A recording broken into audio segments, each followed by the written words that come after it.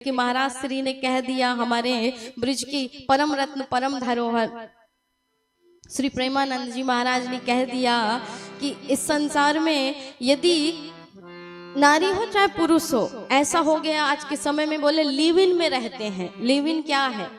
तो सीधे सीधे शब्दों में किसी ने कहा, बहुत अच्छी बात कही कि लिव इन को यदि हिंदी में आप ट्रांसलेट करेंगे ना, हिंदी में यदि उसका अर्थ समझेंगे तो वैश्य व्यक्ति को ही लिविंग कहा जाता है। सीधे सीधे तौर पर बात ये कही गई है कि जिसे संसार में पहले वैश्यावृत्ति कही जाती थी, वही आज के समय में लिव इन है। चाहे वो नारी हो चाहे पुरुष हो, ये कुकर्म नहीं करना चाहिए। तो महाराज श्री ने इसी मुद्दे पर कह दिया कि तुम 24-25 वर्ष तक इस जगह उस जगह मुंह मार करके आए, 4 जगह तुम रहे और रह करके आए, तो क्या तुम्हारी गृहस्थी अच्छे से चलेगी? बोले जिस कुत्ते को दर दर भटकने की आदत पड़ी हो, कोई एक पाल ले और भोजन दे दे तो महाराज क्या वो शांति से रहेगा? बोले उसकी तो आदत पड़ी हुई है 4 घर में जाकर के झूठे बर्तन चाटने की। इसलिए कोई गलत बात नहीं कही महाराज श्री ने। और कही किसके लिए? बोले समाज में सब ऐसे नहीं है, कुछ लोग ऐसे हैं, 2-4% लोग ऐसे हैं, बाकी आज भी समाज में आप देखेंगे तो 95-96% लोग ऐसे हैं जो अपनी मर्यादा में हैं, अपनी संस्कृति में अपने धर्म को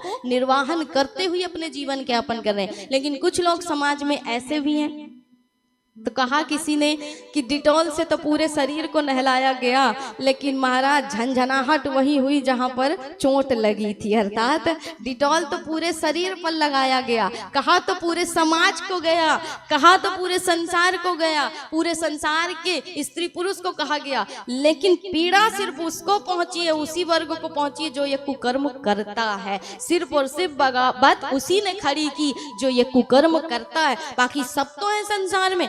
आपने उठाया आवाज, आपको अच्छी लगी ना महाराज श्री की बात? क्योंकि हम जब गलत नहीं होते हैं तो हम उस बात में आवाज भी नहीं उठाते, लेकिन हम गलत होते हैं तो हम आगे आगे कूदते हैं महाराज। इसलिए कहीं ना कहीं सत्य कहा किसी ने कि डिटॉल से तो पूरे शरीर को नहलाया गया, लेकिन पीड़ा सिर्फ वही जगह पर हुई जहां पर चोट लगी थी। इसलिए समाज के उसी वर्ग को प्रभाव पहुंचा, वही वर्ग ज्यादा उछल रहा है और महाराज जी के खिलाफ जाकर के बगावत कर रहा है जो ये कर्म करते हैं, ये कुकर्म करते हैं। इसलिए महाराज कहा जाता है धर्म का आचरण करिए, धर्म का अनुसरण करिए, धर्म का पालन करिए। हम राम कृष्ण की भूमि से आते हैं और हमारे राम कृष्ण ने हमें यही समझाया है कि नारी का सम्मान करिए, पराये पुरुष का सम्मान करिए। पराई स्त्री कहते हैं माँ के समान, बहन के समान है। पराई स्त्री को कभी भी बुरी दृष्टि से नहीं देखना चाहिए। लेकिन आज के लोगों का बड़प्पन है, बोले आज की कन्याएं भी माता पिता ने भेज दिया पढ़ने के लिए, वहां कहें हम तो स्वतंत्र देश के नागरिक हैं। आप नागरिक हैं स्वतंत्र देश के,